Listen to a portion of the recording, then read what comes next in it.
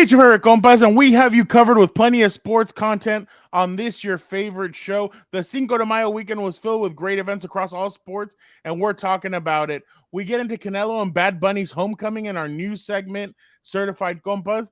As our Compas on the NFL beat segment, we go over our offseason winners with the draft and free agency in the rearview mirror. Then for rapid fire, we'll get into whether Sam Darnold is the best thrower of the football in 49ers history. And of course, we'll have our burial of the week segment where we rant about something from this past week. As we like to do, we do switch things up with some pop culture topics to end the show in our Una Mas segment. And that reminds me, Gilberto, don't you have a question for our viewers and or listeners? Yes, I do, Fernando. Like you mentioned, it was a jam-packed Cinco de Mayo weekend in combat sports or even like NBA, baseball, all that. So it was busy, but I was a little disappointed about the boxing landscape. So I'll ask it in two ways for the engagement question of the week. Two-parter here. First, there you go. We need a sound for sure. I'm bothered by that. But first question: did you watch Canelo's fight? Did you know he was fighting last weekend? Did you know he was fighting John Ryder? Did you care? Just let me know in the comments who, and if you're one of the people who are a hardcore, diehard boxing fan. Even I was tested here by watching this as a hardcore boxing fan. Did you think Canelo was on the decline? Did you think he had a rusty fight? Do you think he's no longer the face of boxing? Let me know if you're critical of Canelo's performance in the comments. And as always, if you're on YouTube, after you're done driving or whatever, get to the YouTube and comment under the video there. So Apple Podcast people will never forget you, or Spotify. So that is the engagement. And there we go. Question of the week. I would love to know from Al Davis's ghost. Remember the guy that kept on commenting on our Ryan Garcia? Oh yeah. I'd love to see what he had to think about that. But shout out to him. Exactly. But another guy that never lets us down and is always in tip-top shape, Dan and Dago. Let's go to him now. You already know what it is. It's your boy, Dan and Dago. Today is not only one day closer to the weekend. It is the day that your favorite program, Compas on the Beat, drops a new episode. And you already know, your boy, Dan and Dago, won't be on this one because that stooge, that scumbag, Hilbert is trying to phase your boy out and not rescheduling these things. I'm on to you, Hilberto. Don't you worry. I'm on to you. I won't let you do this. But anyway, you already know what it is. We got a great program lined up for you. Do not forget, by the way, go check out CompasOnTheBeatMerch.com. We have all your needs right there, all things Compas. We got a hoodie. What? Obviously, the hoodie's amazing. Shout out. I love that thing. We got hats. What? We got stickers. What? We got t-shirts. What? We got graphic t-shirts. What? We do it all. So do not forget to go out there and check CompasOnTheBeatMerch.com. Be a compa, tell a compa. Shout out to all you guys for getting us to 1,000. Anyway, it's time to get to the best damn program in all the universe. From all the way across the hallway. Play the music, Nando!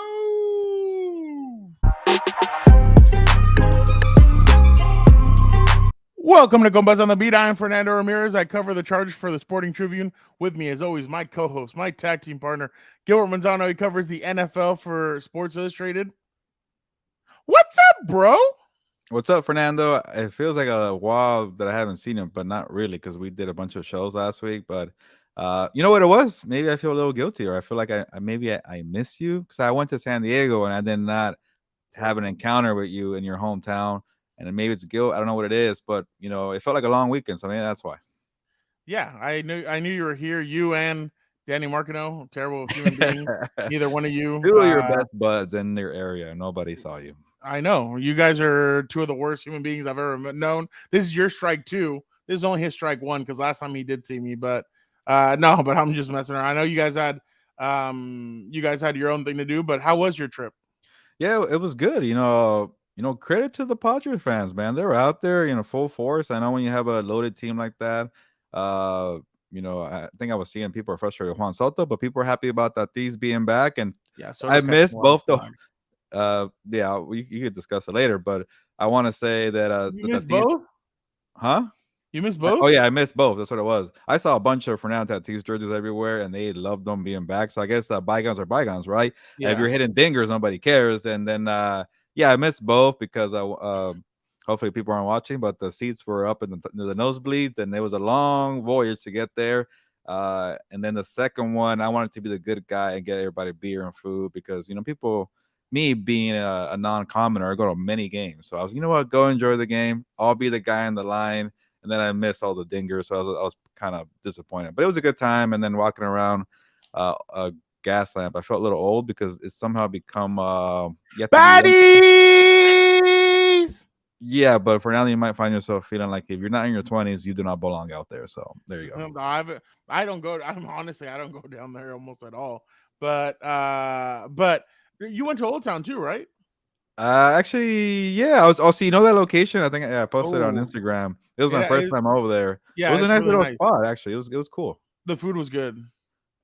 Uh, Oh, wow. that might be my burial of the week, but You should have hit me up. I would have told you a good spot there. I forgot the name of the place. But the only reason this place is popular because it's in the perfect it's the biggest Mexican restaurant in the Old Town San Yeah, Diego yeah, area. yeah. But I Is had a it the lot of place where issues. they're making the flour and handing them out, or the corn tortillas, and they're handing Well, them out to you as you walk by? I did not get that, but the Okay, tortillas then that's not were the it. best thing of the meal, and that tells you how it was. But I was Ew. vastly disappointed. But I liked walking around and just seeing other people and the crowds come out. And then I actually had a problem with parking. I know it's not bear of the week, but Ooh, parking's bad. yeah, I Oh, you could got a keep ticket. going. You got a ticket. No, because like, Oh, and then the other people who went in our group, Caroline's family, somebody said, what, I parked up the street, $12 parking all day. I'm like, that sounds pretty nice. Another person, $20 parking all day. I got stuck with $20 for 2 hours. I was thinking, what, I could go back. If we leave in 2 hours. No, I had to go back, leave the people, and put another 2 hours, and it was $40. And then it could have been 6 hours for 35, but I didn't do that because I was thinking we were gonna make it. But whatever. you know who Ubers on the week on Cinco de Mayo weekend, right? The people that actually live here, Oh yeah, because that's we good. know that people are going to come down from LA and they're going to fill Well, all the parking. So it's like if I would Uber. have talked to you about my San Diego experience, I would have known, but I I'm just did not. saying. So for my weekend, my aunt and uncle were actually here. I hadn't seen them since my grandma passed away in 2020. So they were here for my uncle's a doctor, so he was here for an event that was here in San Diego. But I got to spend a lot of time with them. We went on Saturday. We're having breakfast with them, and Melissa had to work. And my uncle's like, "So what are you gonna do right now?" I'm like, "Well, honestly, I have to be home at 1." He's like, 1 p.m. He's like, "Why?" I'm like, "Real Madrid plays in the final against Osasuna at Copa del Rey. You're speaking my language. We're not gonna." He tells his wife, "We're not gonna go shopping. We're gonna go watch it at a bar." So I took him to Shakespeare's Pub, which was an English pub. So we went there to watch the game. It was fun.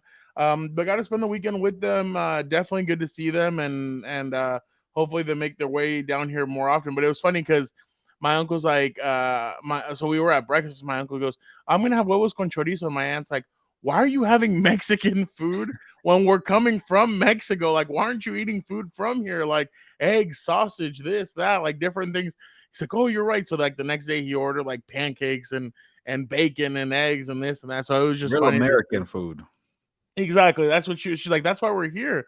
And so it was just funny to see them. But it was good to see them. It had been a while since I had seen them, so it was good to finally catch up and everything. So definitely some good times, some good times. But Yeah, always good to see family. And Fernando, to make it up to you, one day I'll go to a pub because I like to drink, and I'll watch a soccer game from over in the other side of the world if you want to. do you like the black beer or no?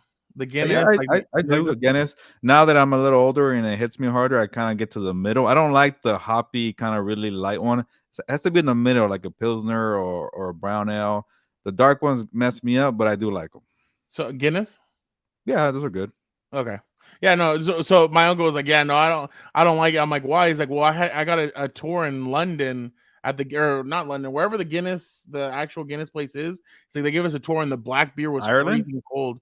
I think it was Ireland, and he like tried it, and he said it was the most delicious thing he ever had. Then he went to a pub, and that it was just like it wasn't as cold, so he didn't like it. I'm like, "So you liked it?" Like, he's like, basically, it's almost Arctic cold. How Yeah. I like it. I'm like, "Oh wow, that's interesting." But yeah, so definitely awesome stuff. But Gilbert, coming up soon, it is my birthday, Yes, sir. and we got to 1,000 subscribers. So what does that mean? That means that one lucky viewer will be raffled off and a chance to get a hat, a sweatshirt, and a sticker. So definitely go ahead, get in the comment section, say something positive, say something that you guys did over the weekend, whatever you guys want, and you will be raffled. You'll have a You, chance to you win make this. it sound like you're raffling off the actual winner. Like when you have a chance to be raffled off. Yeah, no, well, no, that's not what I meant, but people know what I mean. You'll have a chance to win this awesome prize, and we appreciate you guys again. We can't thank you guys enough for being our compas and for subscribing and for taking this adventure with Gilbert and I that we started 3 years ago. So definitely we appreciate you guys a lot, and this is our way to thank you guys for doing this. But Gilbert, I don't know, real quick, I don't know if you heard what I did on What's Up Bolts, but I said if we get to 1,000 subscribers there, maybe somebody can have lunch with Dan and Dago. And he looks at me and he just shakes his head. And 2 or 3 people commented, "Lunch with Dan and Dago, we're down." And I just started laughing. I was like, and he doesn't know yet that people actually commented. So I'm interested to see when he comes back. You gotta clip that video on to have more people watch it. And I know, yeah, exactly, yeah. So it's definitely. I think I sent you the video, but it's definitely hilarious to see him do that. But real quick, if you check the IG channel at Compas on the Beat, we posted a video on the 1K celebration and the Fernando giveaway. So you comment on that video as well for a chance. We gotta keep it organized here for this video. Comment and we'll have you for this Fernando Mania Bash giveaway. Let's do it. All right. Well, Gilbert, it is time now for a certified Compas. That's new. Yeah, so it is new. Hopefully, I can replicate it next week. I don't know what I did there. I was like, wait, we need like a sound or some kind of, because I get used to all the announcement for the segments, like una más, stuff like that. You know, I kind of hear it, but we need something for certified. Compa. Yeah, something cool because certified. There you go. There you go. Yeah. Gilbert, obviously, it was a huge weekend, and I mean, I'm not talking about Cinco de Mayo because that's whatever's, but it was a huge weekend for Latinos all over.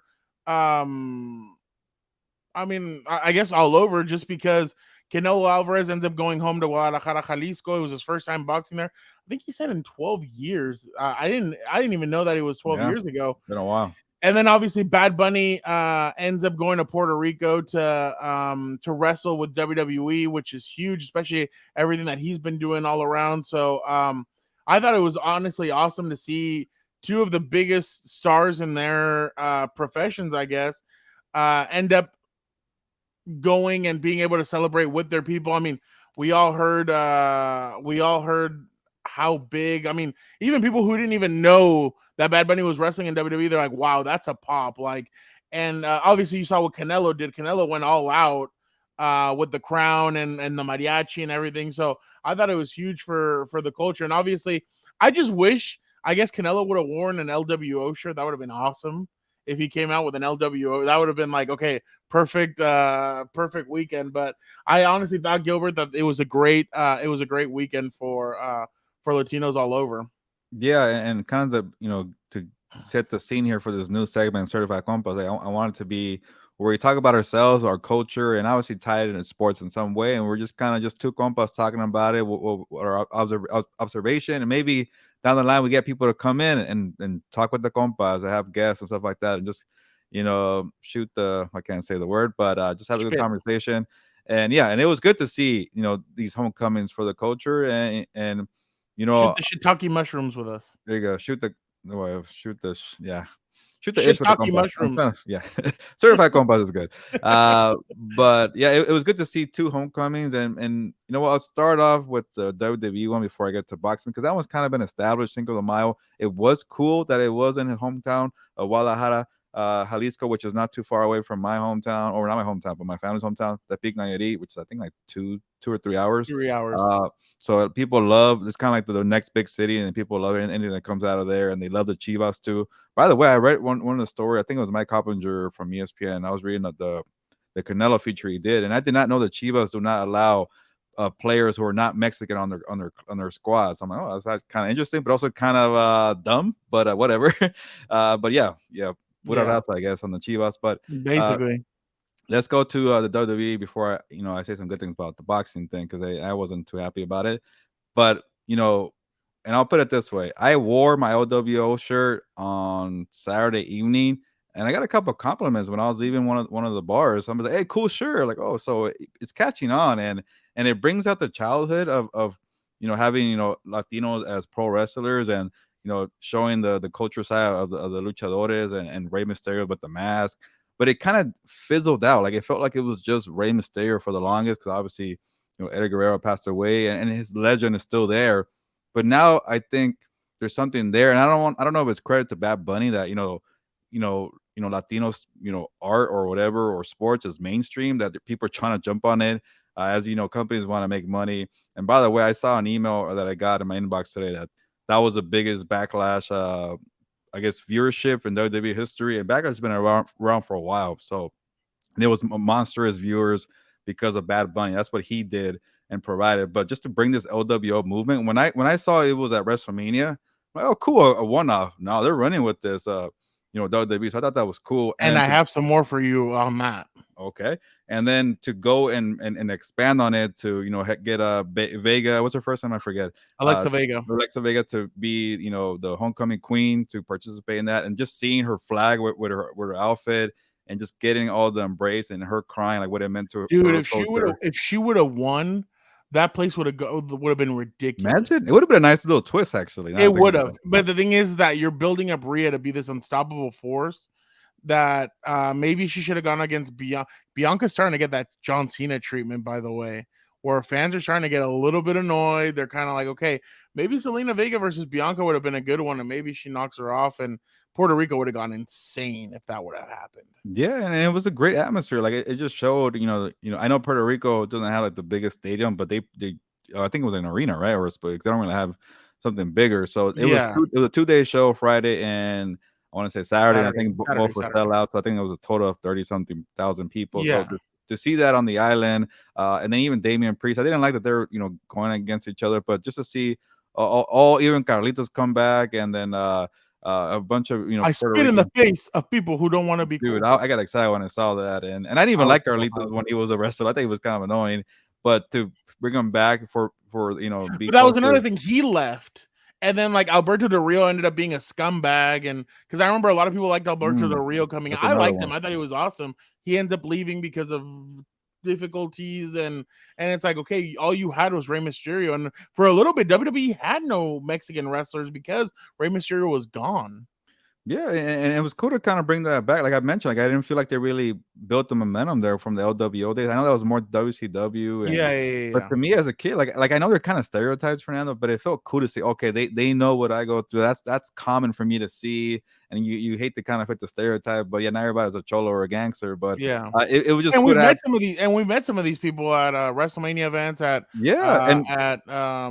the events over when we did the pre-WrestleMania thing at SoFi. Yeah, and I was telling like, who are these guys? And now they're with the OWO. I'm like, okay, so that's pretty cool. So I think the representation was pretty cool, and maybe I'll let you chime in before I get to the boxing side. But just for me to see that, and then to see WWE actually, I know it could be like a money thing, but to finally expand it and I just fit the stereotypes was pretty cool for me to see this whole weekend. No, Gilbert, and I mean let's talk WWE now. I mean WWE, we know they're willing to take chances, and they take a huge chance going not a huge chance, but you go down to Puerto Rico. You do what you like. You go in there and you're like, okay, let's see what this is gonna look like. You have Bad Bunny come out, and obviously, the dude just, I mean, like, folks, if you didn't hear it, we'll give you a little bit snippet. Here's a little snippet of what it sounded like. Like this, as soon as he appears.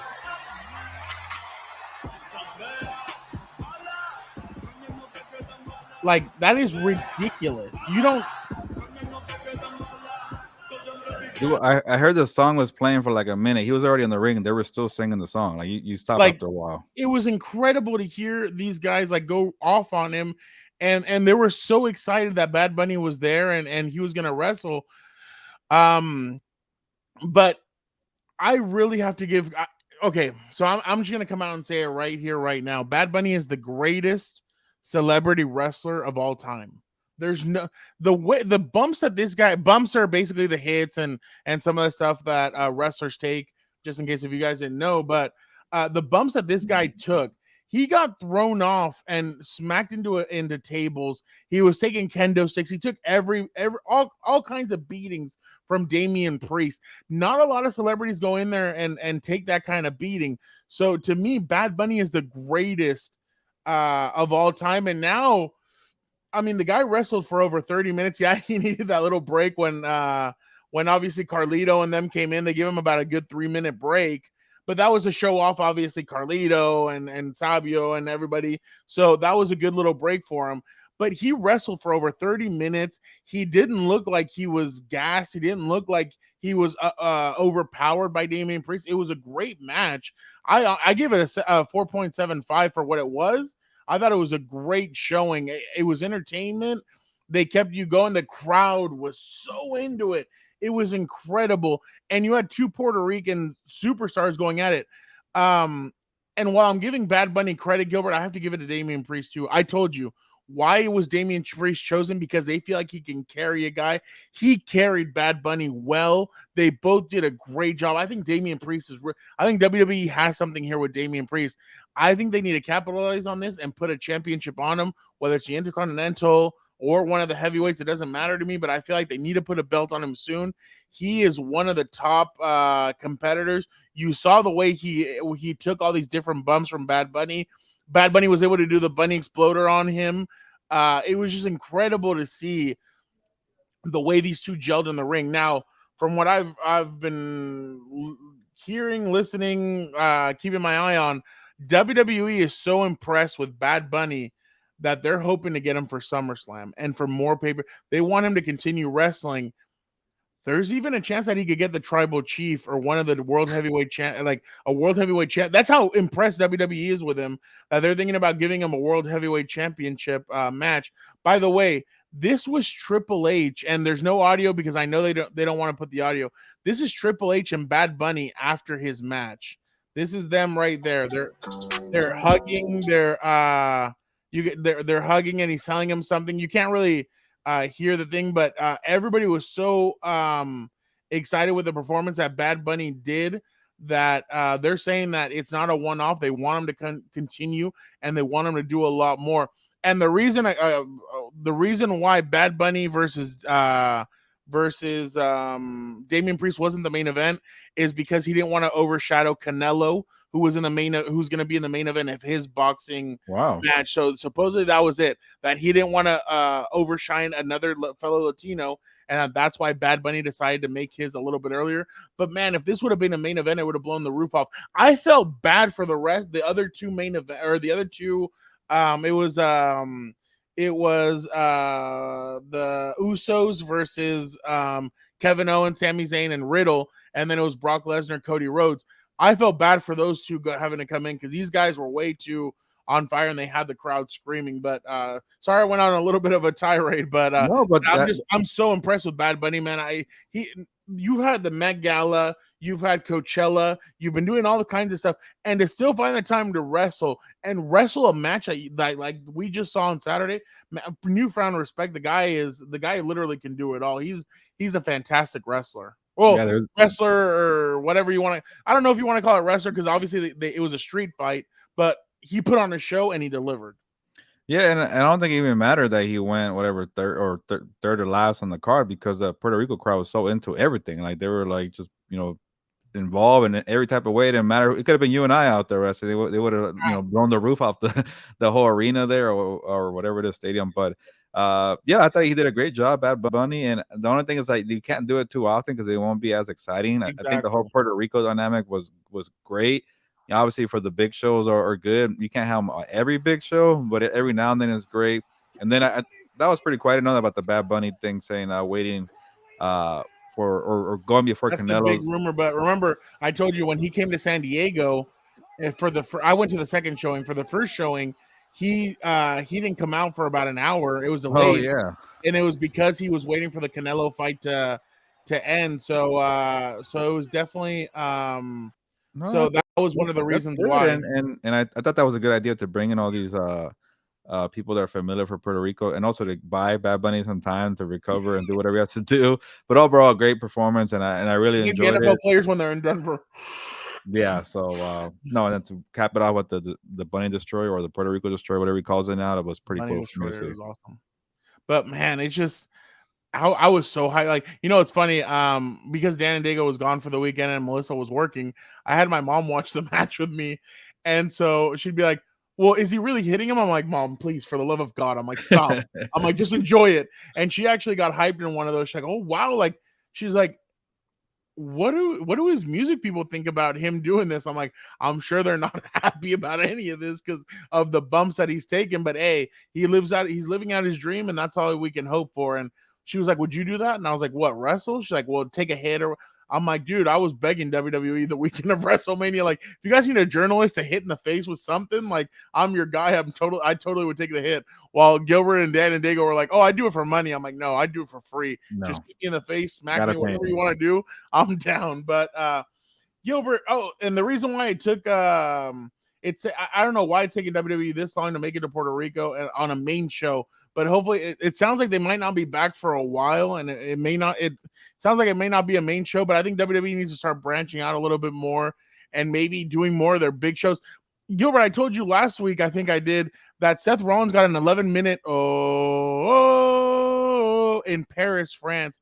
They need to do more of these house shows out there and do more of that stuff. And I know they're still rolling out after the pandemic and everything, but start doing more shows out in other places because I'm telling you, the fans love it. The fans are going to be electric. Look at Puerto Rico. That's just barely the beginning. You saw last year in Scotland when they were down there, how they loved all the guys down there. So start branching out a little bit more. Do it in different places like that. I bet you if they went to Mexico City for Rey Mysterio, they would go ballistic. So Oh and some of yeah, these other LWO guys, but definitely exciting. But Gilbert, now I turn it over to you.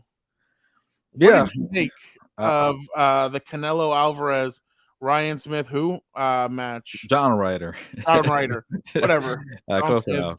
Yeah. But yeah, like again, similar to like Bad Bunny, it was a great homecoming for Canelo, and I feel like there was something he needed to do. And then also, when you have a homecoming, you can't you tend to you want to be the winner. You can't lose. That's why we picked Bad Bunny to beat Damian Priest. But I guess they're both Puerto Rican, so I mean that's not a good example. But you want to go homecoming, have a perfect ending, and do what you got to do, and put on a show in front of whatever 70, 60,000 plus people, whatever the stadium holds there. But so it was good. And then the more thing about it, I want to criticize Canelo for not finishing or getting the knockout on a John Ryder guy who has faced some good competition, but hasn't really done well. He's never been a real contender. He's kind of been a guy, you know, the guy before you get a championship fight or a guy that kind of gives you a tune-up, and that's what Canelo was going for here in his homecoming bout. And you could tell he's getting frustrated not getting the knockout. He's punching the gloves like this. I can't get this guy. He dropped him pretty good in the fifth round. So that to me is very concerning with not having maybe the power, like which you think the power will still be there. The thing that goes is kind of like your footwork, the combinations, all that. So he was trying to fight Bivol at 175. It wasn't a good look, but I don't want to criticize too much because he did handle this guy in 12 rounds. He wasn't really phased. I know he got touched up, but who cares? It's a fight. He was controlling it, the pace. He did what he wanted. He just couldn't knock the guy out, and Canelo he gave the guy a lot of respect at the end, even though the guy was saying I think he's past his prime a little bit. So, but Canelo did not take it harsh, and I guess it was just in a bad weekend. It wasn't and also being on the zone, man. I don't know what. I am not a fan of the zone boxing, but whatever. It kind of gets lost there. So that's why I asked at the beginning of the question: did you even watch the fight? Did you even care? I did not really care. I care more for UFC. I care more about WWE Backlash, but I am not too worried about Canelo. But if he fights Benavidez, he could beat Benavidez. If he fights Bivol, I don't know what you're doing. And then the last point I'll make here is I can't figure out if Bivol's doing him a favor by saying, "Hey, I'll fight you at 168 because I already beat you like pretty badly at 175. There ain't no challenge for me there." And that could be the Russian side. They're like, "Hey, why am I gonna waste my time at 175? Because I picked you apart." But it could be something where like Canelo could always say, I don't know. This is me thinking kind of the conspiracy theory. Who's side A there? Well, it's obviously Canelo. He's still the star power. But this is where my conspiracy theory gets to is like Bill does not want to lose the payday, so maybe he's playing ball by making Canelo look good. Like, because if you're Canelo and saying, "Nah, we got to do it at 168," then you're not trying to avenge that loss. You want a different terms. You want to make it easier. And maybe Bill was trying to say, "Hey, I'm cool with 168. Just bring me, bring me down. Give me my payday." And then Canelo's doing this whole thing like, "No, I want same terms, same everything," which I respect, but I'm having a hard time believing that he wants the same terms. But I don't know. That's kind of my negative side there. But if Canelo gets the same terms, 175, major props to that guy. No, I'm with you. I think they need to. I don't know. I don't know how much I believe all that, just because I think, like you said, it's a little bit of a ploy. I told you I thought he was either gonna knock him out in the 10th or 11th or just go to the distance. I You think called Canelo it, yeah, carried yeah. him at the end. I thought Canelo was. Remember when when Floyd Mayweather touched up Jake Paul and it looked like he was not Jake Paul, Logan Paul, and he was gonna Yeah, fall, and he kind yeah. of like grabbed him and lifted him up. That's what I feel like Canelo did here. I thought you could see early on Canelo had him at one point. He just like let off, and I'm kind of like, okay, typical Canelo fight, typical Floyd Mayweather tactic where they're just going in, pop, pop, pop, getting back, pop, pop, pop, getting back, not letting him knock out, go the distance, so the crowd can erupt. Did you hear one judge had 120 to 107 or something like that? Like it was Yeah, just like it was a huge discrepancy. I was like, oh God, I'm like, damn. yeah. It's like Um, 12-0, right? Yeah, pretty much. yeah, Massive I fight. watched it on my phone. I really wasn't care. Like we went to go pick up dinner and then go pick up Melissa from work, so I really didn't like care much. I was watching it, but then I was like, like letting like because I just knew what was gonna happen. I knew a typical Canelo fight how it was gonna go. So I think he has lost a step. I don't know. I don't know if he wants to take that Bivol fight. If he takes it at 175, dude, you're gonna get creamed again. But if he takes it at 168, he may have a better chance. But I don't know, dude. If September 16th is his date again to fight him, is the next day to fight, and he's gonna fight Bivol, he better do it at 168 because at Well, 175 well, he's we'll gonna. watch it though. It's actually an intriguing fight, regardless of what weight class. Yeah. So. No, 100%. Yeah, no. I mean, I'm gonna watch it regardless, just because I want to watch him and I want to see what he does. But I definitely agree with you. So you feel like he's kind of lost a step, or what do you think? It's tough to gauge because I actually buy the excuse that like maybe he's a little nervous of a homecoming fight. You have to give more tickets out. You got to deal with the more publicity. You got to be the face of your home country, and it's a lot to kind of take in. And then if you're right on saying, hey, maybe he was trying to carry the guy and he overthought it, and he could have knocked him out in the 5th round, because you're trying to impress the crowd and trying to give him more than 4 or 5 rounds. So a lot, I think that plays a factor. But he did look a little sluggish to me. But again, like maybe he's in Las Vegas and he's fighting like a Benavides. Maybe he does well. The Bivol one is just very dangerous, so we'll see. Yeah, I completely agree. Gilbert, real quick, let's talk a little bit about this. Did you feel like the UFC lost an opportunity by not having their 3 Mexican champions featured during Cinco de Mayo, and they should make it a priority for Mexican Independence Day to have the 3 champions featured? I mean, you do Yeah, have. I mean, I feel like Mexicans are starting to really, and I think Mexicans are really starting to get into UFC a little bit more and more as boxing they feel like boxing kind of declines a little bit. I feel like more people are getting into UFC, but did yeah. you feel like Oh, they missed it? yeah, definitely. Victor could say this, and we were trying to go to a bar late Saturday night, and like people are all jam packed at the bar to watch a UFC card that I thought was kind of whatever. So like you can't, if it's a Saturday night on a UFC card, it's anybody fighting. You're gonna pack the bars because people know they get a stack card, they get an entertainment fight value. For boxing, if you're not a headliner, you won't get people at the bar asking for a boxing fight. But let me start with this, with the UFC thing. Dana White dropping the ball with the Mexico thing. Like I've seen the UFC make rapid cards out of nothing when things go south or when the COVID fight island. Like no excuses here. You don't know when you didn't know you could have 3 champions at one time for Mexico, and it's hard to plan there. I know it's a different country and all that, but just try to work with that Azteca or whatever it is, and give yourself 2 months. Let the fighters hold the belts for 2 months, and then do a quick pay per view. It will sell out right away. A lot of Latinos are going to buy the pay per view card. UFC does well on its own, so make it happen before people lose belts, because UFC belts don't last long. It's not like the WWE where Roman Reigns and Bianca Belair dominated for 3 years. So Whoa. there you go. Sorry, but UFC, the belts change quickly, so they dropped it in between there. So I wish they could do it and make a fight there, but I don't know what Dana White's thinking. I get it. Like I understand the 2 points of view, but like September 16th is the bigger like like that's when they have it. It's not a federal holiday in Mexico. The I don't Cinco de think it Mayo. matters what day. Just fight No, the no, no. I just anytime. meant Like if you wanted to make it like the huge event that you really want to, if you want to put on a major show, September 16th will probably be the Yeah, biggest time to do it. But the thing is, you have the champions right now, so I understand why they should have done it in Mexico. But the thing is, I feel like they didn't want to compete against the other two. I feel like they got scared a little bit because remember they didn't put their main events were a lot later this time than they usually are, and I feel like it's because they were waiting for Canelo to be over and they were waiting for the WWE to be over as well true. because they didn't want to compete with that. So I completely understand like the sequence of it.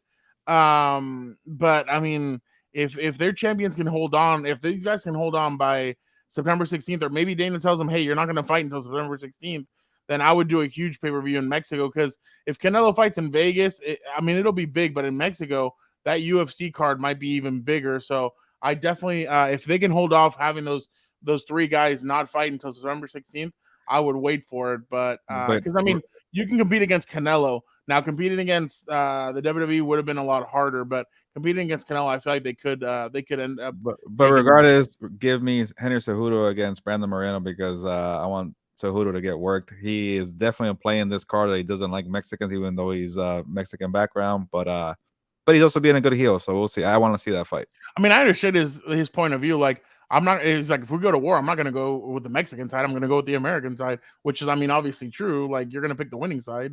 So, No, I that's, mean, that's true, but he's really like going after this, this background. He has no choice, right? He's in a war. well, yeah, But no, well, but yeah, but yeah. now he's being a little coward, saying, you know what, I won't even step foot in Mexico. I'm gonna run away. But whatever. I mean, it's just playing the heel card Yeah, really well. yeah. I can't wait to see what happens with that because I think Brandon told him I'll even go to your weight. Like I don't care. Like I want to fight you. Screw the belts. Let's put them off to the side.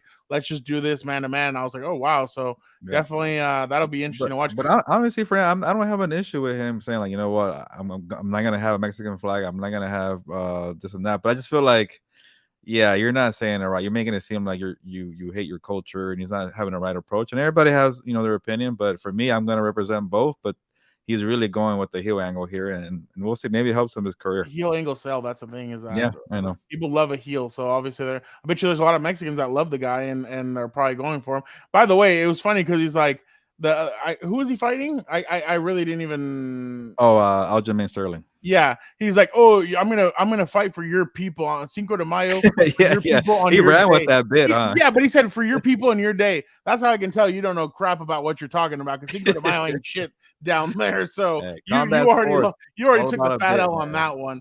But yeah, no, I definitely I agree with that. Folks, don't forget to be a compa, tell a compa about everything that we're doing here on Compas on the Beat network. We got a merch website, compasonthebeatmerch.com. We have a regular website, compasonthebeat.com. And then obviously all the different shows that we have here featured on Compas. Make sure you guys check it out. But now it is time for the Compas opening drive. Gilbert, the NFL offseason is obviously like we know there's winners, there's losers. We love doing this. But give me two teams that you think are winners after now the first couple of waves of free agency and the draft is come and gone. Who are two teams that you feel like have taken home the W? Yeah, I'm actually gonna do a story on this. I want to say it comes out Friday at SI. Biggest winners of the off season. So, you took one of mine that I really liked, but I'll give you two here, and I think you have two as well. But I will go first team with the Seahawks. I really like what the Seahawks did, and I think credit to Victor Producer. He got me thinking about them being possibly the third team in the NFC. And the more I think about it, the more I like it. Like you don't need to have a star quarterback in the NFC because they're all over in the AFC. So I think Geno Smith having a good trio with Jackson Smith and Jigba to go with DK Metcalf and Tyler Lockett. And I don't really hate the Zach Charbonnet from the running back from UCLA going in the backfield because like Dan Diego says, man, when it gets January football, big boy football, you got to close out with the running game. You get a two-headed monster. They're not too bad. And then defensively, you got playmakers that you feel needs with. Like I know I was critical of Draymond Jones on free agency because he can't really run block, but they got Jerron Reed back. I know he's older too, but there's something there. And then you got Bobby Wagner again, a little older, but the biggest one is Devin Witherspoon and Tariq Woolen. That duo of cornerbacks, like that duo of cornerbacks, is what you need in the AFC to go against the big time quarterbacks there. So I like it. They might make some noise, and the other one. it's a little intriguing as well. Not a good quarterback on their roster, but Kenny Pickett and the Steelers, I think they're giving Pickett a fighting chance, but getting the left tackle and Broderick Jones. I don't know what Allen Robinson is going to give him a wide receiver, but Allen Robinson is going to be with Pickens and Deontay Most Johnson. open receiver last year in the NFL. Yeah, so there you go. So maybe they're going to prove the Rams were the ones that messed up there. And then defensive, they got Joey Porter Jr., they got Patrick Peters. I know he's a little over the hill, but it's a stacked defense. You don't need too much there. And what else did I have here? Oh, they got the guard from the Eagles, Isaac Seumalo, if I'm not butchering the name. And then one of the guys I really was surprised fell to the third round was Darnell Washington, the tight end. Like, he has high upside and a safe floor in the third round. If it doesn't pan out, doesn't reach his potential, this guy is 6'7", a red zone target, could do enough there, and then he's a very good blocker. That's what you need as a tight end. You don't need to be a superstar. So overall, I think and then also, our guy Mike Tomlin never has a losing season. So they're gonna be good enough for at least 8 or 9 wins. Now you got these pieces, it might be 10 or 11 wins here. So these Steelers and the Seahawks, not too bad. And they don't have that big time quarterback that everybody's talking about. So maybe they'll be able to sneak in. That's the thing that kind of hurts. Yeah. Exactly. Well, yeah. I'm going to go with the Indianapolis Colts. First off, they hire Shane Steichen, which is obviously, I thought, a good move. Shane is a guy that we've come to know, and we knew him when he was here with the Chargers. And then you get him as quarterback, Anthony Richardson. I really think that kid's going to help. I think he's going to learn a lot. I don't know if he'll help this year. I think Gardner Minshew might start most of the season, but I definitely think Anthony Richardson with Shane Steichen is going to help. I think he's going to teach him. I think he's going to show him. So it'll definitely be interesting. And then they got Isaiah McKenzie, a receiver from the Buffalo Bills, who's been very explosive for them. That's a gadget weapon that they can use there. And then they got a guy in the draft by the name of Josh Downs. I mean, we've already heard some positive things about him coming out. He could be an explosive outlet. So definitely, I think he's going to be a good player for them. And then they got Samson and Mbukam, a pass rusher from the 49ers. So they definitely got some pieces there to work with. And I really think that the Colts could be a much improved team this year, especially after. And then Jonathan Taylor. Can Jonathan Taylor get it going? Can that offensive line get rejuvenated? We'll see, but I definitely like what the Colts did. Then I'm going to go with the New York it's football Giants, but I'm going to go with the Jets. Jets. I think the Jets, one move that I like that not a lot of people are talking about, they got Chuck Clark, the safety from the Ravens. The Ravens cut him to make room for some of the moves that they had to make. I think Chuck Clark's going to be good on this defense. A defense that's already loaded with a lot of different playmakers. They got Alan Lazard, McCole Hartman, and they traded for Aaron Rodgers. So this team is in a win now, and I feel like they made a lot of good moves to bring in and help Aaron Rodgers. And I really do think that this team is going to excel this year. And I feel like they definitely won free agency, in my opinion. Yeah, I go with the Aaron Rodgers one. Obviously having Aaron Rodgers, Aaron Rodgers. Aaron Rodgers, you're an instant winner. But I feel like they could have done more. And again, the Jets got screwed over by Bill Belichick because they took the tackle that they needed. A shout out to Bill Belichick. And looking at the offensive line, it could go south. And when you're a quarterback, that's critical, and that really is concerning. I know they got Beckman supposedly has lost 45 pounds. So, but he's already complaining about like playing time. And Robert Saleh was like, "Go win the job," which I really love that. As a coach, just be straight up. We're not playing games here. That's another thing that I love. Robert Saleh. I feel like Robert Saleh is one of these guys that can motivate this team to really get it going. By the way, I don't know if you saw on TikTok, there was a guy, he's like, I went up to my favorite NFL player, and he shooed me away, and I was like, who is that?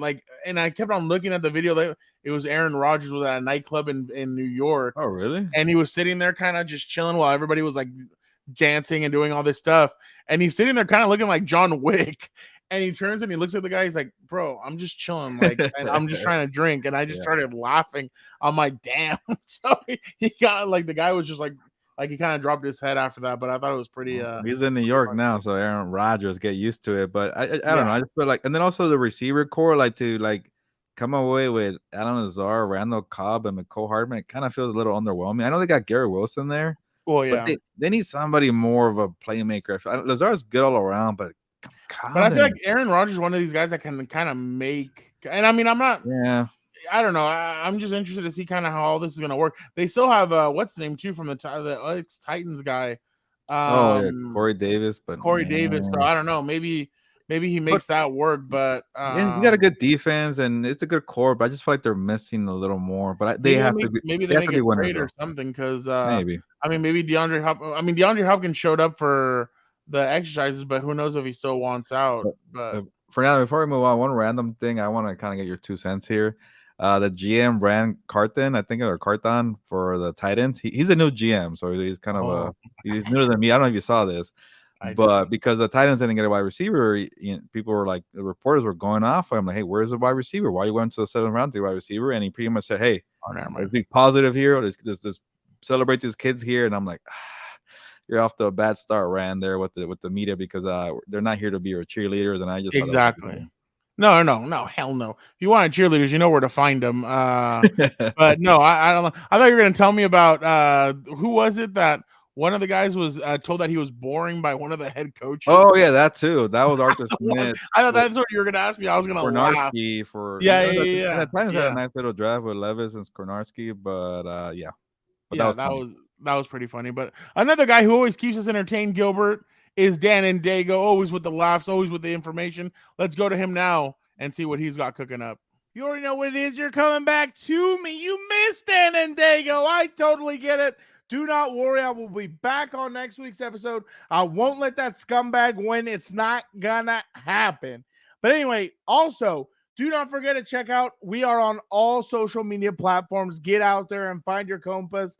We're on the Twitter at Compas OTB. The OTB is capital. What? On the TikToks at Compas on the Beat and at Compas FC11. Shout out. What?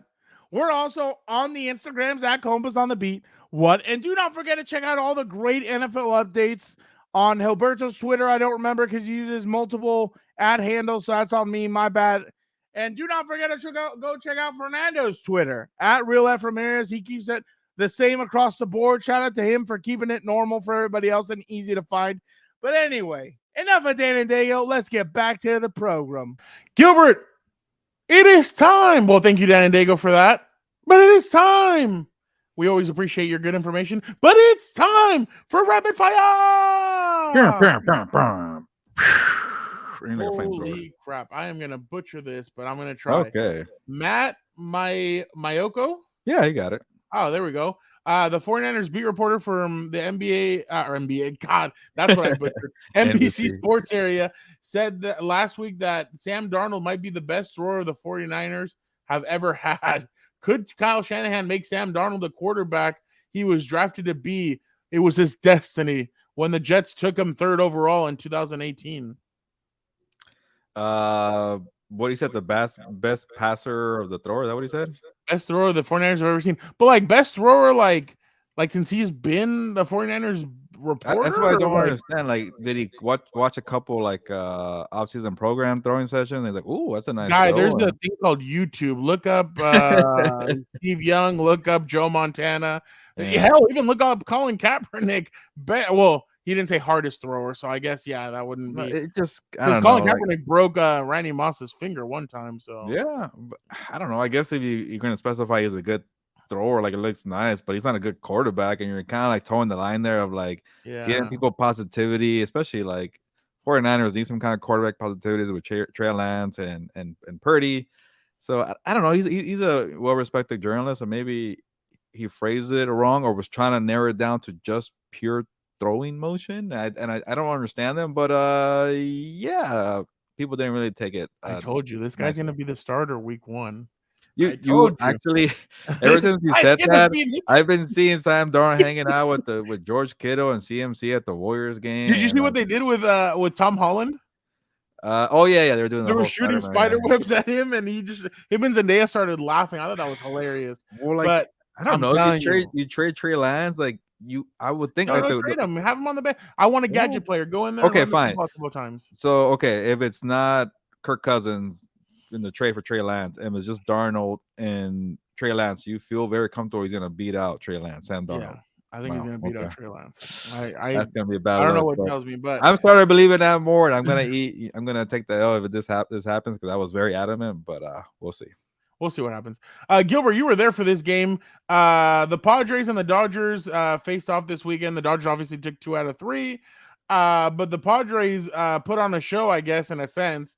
That first night, 2 Tatis home runs that you didn't get to see, but they told you about it.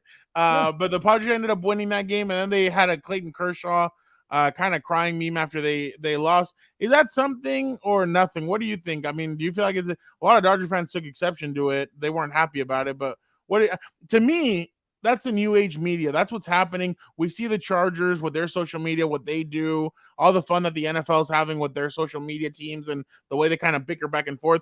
That's just what I felt like, and it's kind of baseball's barely catching up to that. So I don't know what you thought. Yeah. No, that's a good point. I think it's nothing, and baseball needs to be a fun league. They're pretty boring. I thought the clock count for the pitching was a great addition. I love that. Keep it moving. And then you gotta have fun with it. Let the baseball players be, whatever, flamboyant and have fun. And I think there was one. I don't know the guy's name, but there was one guy from the Rays who kind of like threw the ball up and then he got the guy out because he was kind of showing off like, you're so slow, I'm gonna get you out. I thought that was fun and cool. As long as you didn't go too far, I thought it was in good taste still with the Kershaw crying me. Like, these guys see worse on social media. He was probably in the tunnel in the dugout. Who cares? And but yeah, he got rocked a couple times there by Tatis, and I thought it was fun. I don't care. I think it's just because it's the Padres and Dodgers that people are like taking exception to it, but I didn't think there was much to it. I think it was just a new generation. Sorry, I didn't make a joke saying like they were probably been holding on to that one because they barely beat the Dodgers. Sorry. Well, yeah, no, and that's probably true, but yeah, I just thought, because I think I saw the other day, except for the divisional game last year where they beat them, I think the Dodgers in the regular season, the Padres are like 6-23 in the last, or 6-24 in the last 30. So I mean, get the hell out of here! Like, yeah, you beat them last divisional round or whatever, but they just beat you over the weekend. So now you have to get back to the drawing board. And like you said, Juan Soto, Padre fans are not happy with him. So he needs to start picking it up soon. But Gilbert, the Lakers and the Heat are leading their second round series with both being the highest remaining seeds in the conference. If they meet in the finals, do you feel like people who diminished that final, the bubble finals, do you feel like that'll go away? Yeah, for sure. Actually, that's a good point. Like these two teams that were in the bubble, for sure the Lakers, because people are not really counting that one. You get your parade. Yeah, it's good for them and good for Jimmy Butler is always overlooked. I feel like as one of the best basketball players. He's Michael Jordan's son. Yeah, when it's the postseason, he's playing like that. For some reason, this guy just turns it on and he doesn't get the credit for it. And then I'm actually very shocked with the Lakers. Like I kept telling you, I don't care. Now I'm caring. I'm watching. Checking out these live games. I believe in conspiracy theory. He's Michael Jordan's son. Oh, Jimmy Butler? Have you ever heard go down that rabbit hole? I did not. Go down that rabbit hole. Yeah, and then LeBron James' son is going to USC. So a good time to watch NBA right now, at least for LA people. I would never diminish it, Gilbert, because I thought that was the hardest thing you've ever had to do as an athlete. Go for 2 or 3 months. You're only isolated. Well, some people had some extracurricular activities, but you're in the bubble. You're like, you can't get out of it. Obviously, Lemon Pepper Lou Williams was able to get out and then come back in. Some other people were able to get in and then get in.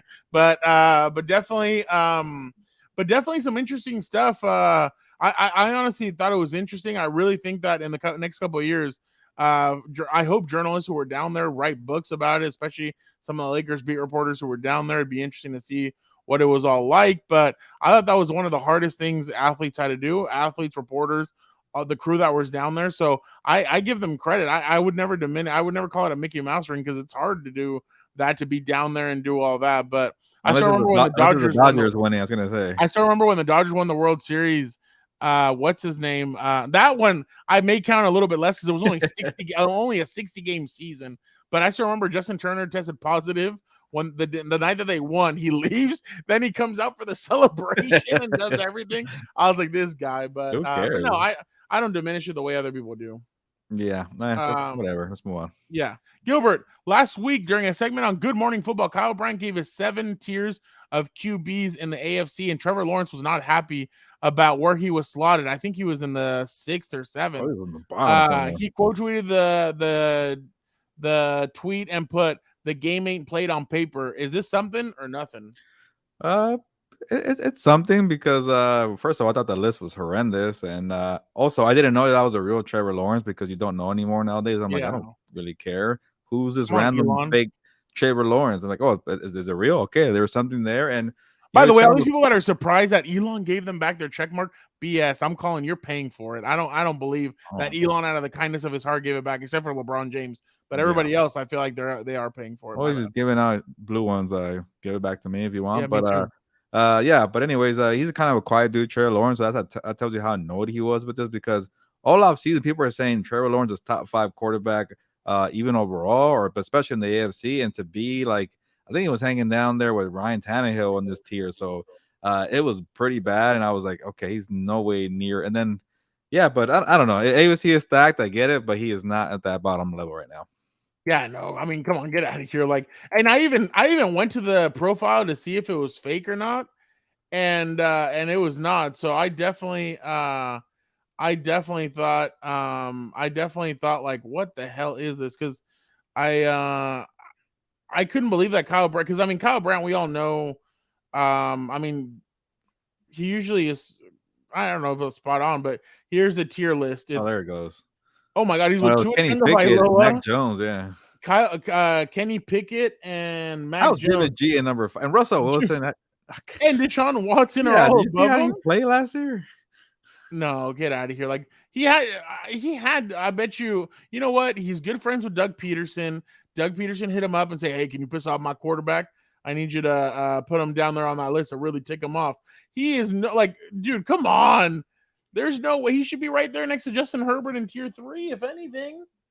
That Yeah. is, The way Russell Wilson played last year, he might be dead last in the AFC. oh, that was a terrible list. Gilbert, Adam Schefter, and Diana Rosini took flack from Aaron Rodgers on the Pat Again? McAfee show Oh. for saying that the former Packers quarterback had given the Jets a wish list that he wanted on the roster. 2 of the players on his wish list have been signed by the Jets. This past week, Jets coach Robert Saleh was asked about the wish list, and he responded saying that was a silly narrative. Do you feel like this is something or nothing? I don't really care for this one, but I think there was some backtracking from the reporters, and they were like saying, "Hey, we meant it this way and meant it that way," and it got taken out of Good context. try. Whatever. Lose my number. Yeah, that too. So I don't know. It became a little funny side story, but I think it's nothing. And Rogers, like, you told that guy to get out of here, start moving on, and with your life, forget about the Yeah, the I past. didn't think it was. I don't think it was anything either. I mean, it was funny though that Aaron just keeps on calling out like, not reporters, but he just makes me laugh the way he kind of comes at people that way. But yeah, I don't think it's Hey, anything. I mean, every quarter, even Peyton Manning had a wish list when he came over to the Broncos. Like, remember, they ended up signing a lot of his former Jacob Tammy. They ended up signing a lot of his former teammates with the Colts. So definitely, I mean, everybody has it. the Gilbert, well, Fernando, go the, ahead. the real topic is Sauce Garner making a move on Jessica Alba. That was pretty cool. Bruh, Jessica Good, Alba. good shot.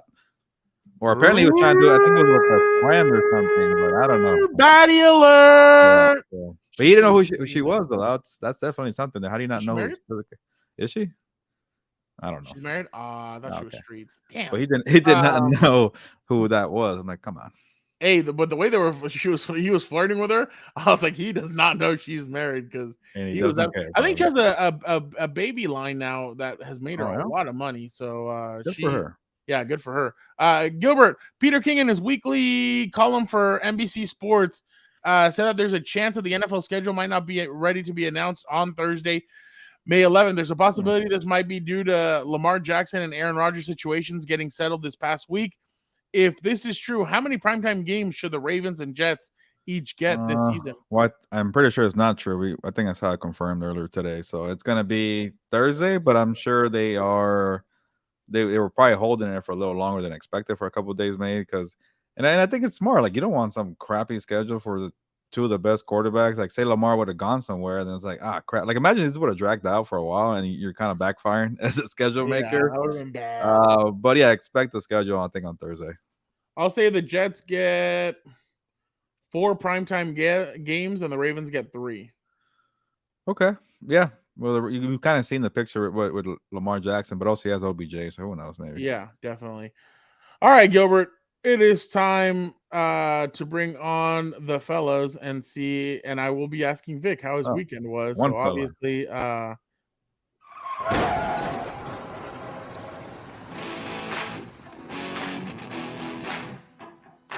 Hey guys, let me take a. There we go.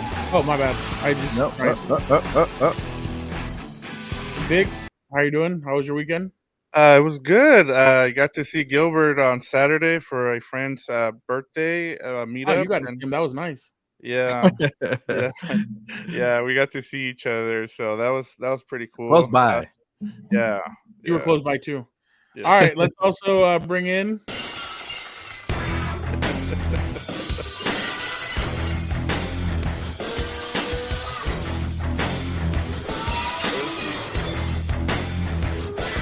Where is he? Oh, Where's I the laugh? guess there is no Dan and Dago this week. Dan and Dago had other. He had he's in Priorities? Austin, Texas. So he is not here, unfortunately, but we will see him next week, hopefully, and he will be here for this week's edition of What's Up Bolts. But for right now, it'll be the trio here. Vic, what was your biggest takeaway from the weekend? My biggest thing was you guys were just talking about the Lakers. They're just fun to watch now. Like ever since they made their trades, they got rid of Russell Westbrook and they brought in a bunch of new players. They've been, they went on that run to get into the playoffs. They were in the play-in game. They beat Minnesota. They go into overtime, and now, exactly. And now they're on they're depending on when this episode comes out on Wednesday, they might either be up 3-1 or it might be tied 2-2. So but still, I mean, they've been really great to watch. LeBron and AD, we knew that they were going to be, as long as those two guys can stay healthy, they had a chance. And we're seeing the team we kind of saw in the bubble, as you guys talked about. And so I mean, it's been good to watch, and they're giving the Warriors fits. I know a lot of people thought this was going to be an easy run for the Warriors again, and it's getting complicated for them. And who knows? Like I said, the Lakers might be up 3-1 and heading to the next round. When you give AD the ball, good things happen. So just keep on feeding AD. There's Yeah. nobody on the Warriors that can guard him. Like there's Yeah, nobody on that team that can keep up with him. So I And, completely and, agree. and good yeah, to see D'Lo making some 3-pointers because he came. The boy has returned as a man, and he yeah. Exactly. he was terrible at first, and now he's doing well. Man, I We didn't know got he was 28 years old. I was like, Is it? damn, like, yeah, like he's Yeah, not we 28. actually, Gilbert and So I old. got to see him at Summer League one year because I went to go visit Mhm. Gilbert when he was working down there in Vegas, and I was like, wow, it's been since 2016. I couldn't Jeez, beliit. It's so been that old. long. Crazy. Just don't bring a camera, D'Lo, around your teammates because when it got bad. It was an iPhone, homie. Yeah, Yeah. whatever. It was. Maybe he went to Samsung. Yeah. It is time for burial of the week. Who we going? Who's starting with? Just because I want to see this, Gilbert, go ahead. I'm interested. Oh yeah. Oh, I Yeah. got a little. I You got know to what? I got to be part of this one, so I'm actually excited for this, Let me give you a Fernando. follow up. Now that I remember a So story. should he go last? Uh, No, let him go no, let me first. keep it going. I'll do Yeah. a follow up story from you know how I was kind of going after the old ladies at the grocery line. uh, so a funny blunder. They got me back this time. So I'm the one that forgets to get the bags. You know the dumb California rule: you have to bring your own bags, or you get charged with plastic bags, I whatever. just But buy it. you hate it or you don't do it. You just No, I buy it. just Yeah. buy it. I forget, and I care Yeah. about the environment, but I really don't because I forget. And I was losing track, and the cashier lady was like bringing in like these like bags that the bags you're supposed to bring to save the environment. She kind of brings it over the cashier thing where you do the little beep beep. So I'm like, did she just give me? You know how they sell some there too? Like, did she just give me Yeah. free ones because she felt bad for me having all these plastic bags? And then I'm like, I can't put it. I'm thinking in my head, I'm sweating. Are these for me? Or are they not? You know what? I'm gonna go. I think they're for me. So I go and I say, I appreciate the bags. The lady behind me, hey, what are you doing? Those are mine. And she got pissed off at me. And even the cashier was like, those aren't yours. I'm like, oh my god. Okay. They really scolded me for taking the bag, and they probably thought the Mexican was trying to steal bags. So, and I'm like, no, I just thought you were trying to help me. Oh, okay. And I walked away embarrassed. So that was a return of the people at the grocery line hearing Compas on the beat to get me, and I felt like crap or dumb. And Dan and So, Diego wasn't here for this. yeah, God, he would what have been a laughing. So good story. And then the other one, I was kind of losing my shit because when we were at the bar, and you know how you have to split bills and tabs, and it's annoying. And one of our buddies, who was I was gonna say something else, or he's a nice fellow. I'll just give it that way. He's a character, and he wanted to piss me off, not intentionally at first, but then he saw it bugged me. He's like, "Hey, I'm gonna give you money and Apple Cash, right? You know the little Apple Pay thing." And he had $100. He wanted to get rid of it, and I'm like, "No, I don't even know how that works. I don't have that installed. I don't want Apple Cash. Don't give me your Apple Cash. That's why I already got Zelle. I got Venmo. I can't do another thing here." And he sent me the money and Apple Cash, and then I'm freaking out the next day. How the hell do you send money? How do you put it to my bank account?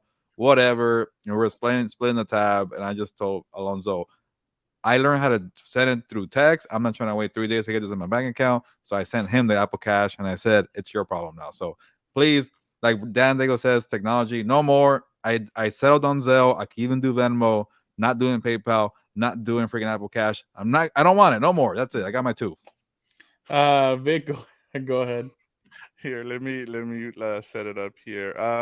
So mine has to do with I don't know if you guys saw this. I didn't put it on the rundown because I didn't think it was too big of a deal. But then, like, the more I thought about it, the more it was just because we've been talking about Lamar Jackson and how his mom is his agent and how like he should have hired a real agent. And now you look at the Jordan Love extension, and I'm like, why didn't they just pick up his option instead of going through all this? Through this whole mess here of kind of giving him an extension, and he only takes home $8 million, it looks like, and that's all he's going to take for 2 years, plus some incentives depending on how, some escalators on his contract. And I'm just like, we've been talking about how for teams you want a quarterback on a rookie deal, and then Jordan Love just says, I'm going to give you guys a team friendly deal, even though he's the one that had to sit behind uh, Aaron Rodgers for 3 years. It's like, you should ask for your money. Like, it's not your fault you had to wait behind for 3 years. This is on the Packers, and now you're helping out the Packers. Like, next year, like, you've made it such a team friendly deal that they can move on from you if they suck next year, and all you got was $10 million, and that'll be it for you. So for me, it's like, I just didn't understand this extension by Jordan Love and why they were, I like, hey, bet on yourself. Look at Danny Dimes. Look at that money he got. Like, he bet on himself. If I was Jordan Love, I would have bet on myself there. I don't understand this contract. From the Packers side, it looks like a great deal. Like, they can move on after next year. Like, hey, look, you're either going to be our quarterback or you're not. Like, we have a team friendly deal. So I just thought it was a bad deal. It took me a while to figure this one out, but I think what it was, Vic, is like, I think they were trying to now no longer the fifth year option is no longer guaranteed fully. So they kind of had some leverage on Jordan Love, and also it's a bad look because you're trying to say, like, hey, maybe he might suck, so you want to protect yourself. But Jordan Love is where I kind of don't mind, and if it all works out, and it's not even kind of, I don't know, it doesn't really hurt you, but he only would have gotten $2 million more for the fifth year option. The fifth year option was $20 million.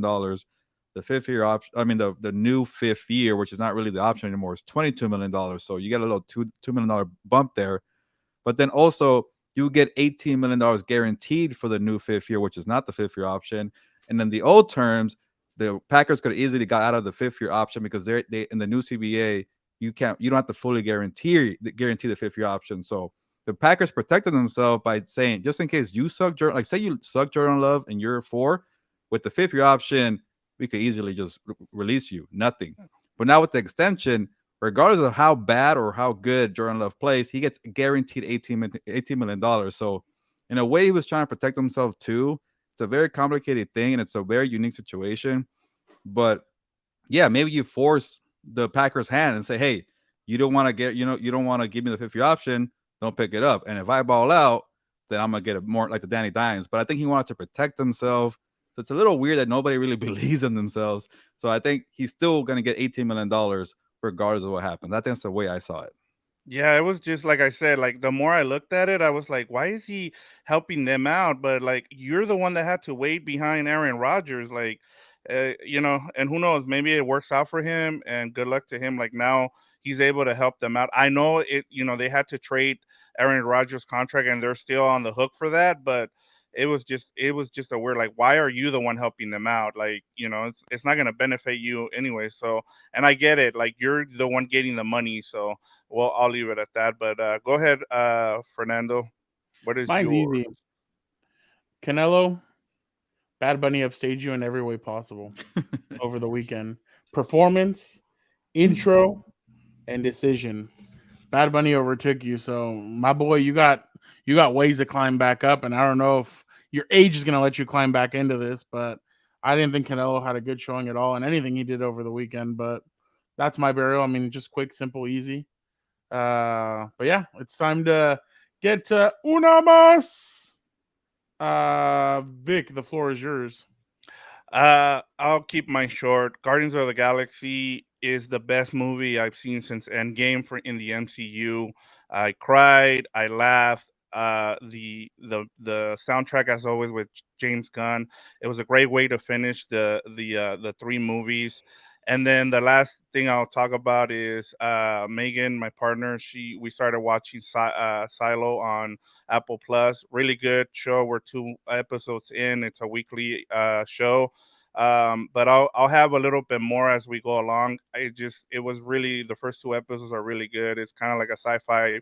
It's an underground kind of show. So, and it had Ann Perkins from Parks and Rec in it, and but yeah, it's so far so good. But I'll come back with more updates. But that was a show that I really enjoyed with the What's first 2 what's episodes it called coming again? up. Sorry, I missed it. What was it called? Silo, Silo. Silo on Apple Plus. Okay. Uh, Go you ahead. or me? Mine is kind of whack, but like I didn't really have time to watch too much stuff That was mine. because of moving and then busy work week and then the San Diego trip. But I did squeeze in a movie, and now that me and Caroline are living together, she dictates a lot of the TV or movie. Gotta watch some crappy movie called Haunt. She's gonna probably hear this, and it's like she likes like these terrible, scary movies. Or maybe I might watch Scream one day. You know how I told you I'm not You interested. should. Well, she made me watch this crappy movie called Haunt on Hulu, and it's about these kids going into a haunted maze. And you pretty much die. All these crazy people are in there. Like you think it's a joke, and it's like a haunted maze, but you end up dying. I don't know. It was like a terrible movie. I could criticize the whole time, and I'm annoying. Is it like these kids that go into like they go into like into a haunted house and they sign yeah, waivers? yeah. So yeah, you probably Okay. on Hulu. Yeah, I think it was in I saw it 2019. on TikTok. I saw like Oh I yeah. started going through it, but then I got kind of annoyed. There's like a fat guy Oh yeah, and yeah. It's yeah, like yeah, your yeah, typical yeah. stereotype people. Yeah, yeah. I started looking through the clips, but then it was too long and I got annoyed and I was like, Nah. okay, I'm over this. If maybe in the Halloween season you want to watch it, it's okay, but I'll Okay. give you like I don't know 58% on the avocado rating. I saw Last Seen Alive with Gerard Butler. It's on Netflix. I guess the movie from last year. Gerard Butler. Huh? No, I was just gonna ask, is this the plane movie? No. No. This Oh, is the sorry. one where him and his wife are at a gas station, and he goes in. He's putting in gas, and his wife is walking out. And some guy goes, "Oh, you're fine as hell," or something like that. She turns around to say something. He grabs her and abducts her, and takes her away. And Gerard Butler goes to try and find her, but she was divorcing him, bad mouthing him, talking all crap about him. I would have just left her there. She could fend for herself.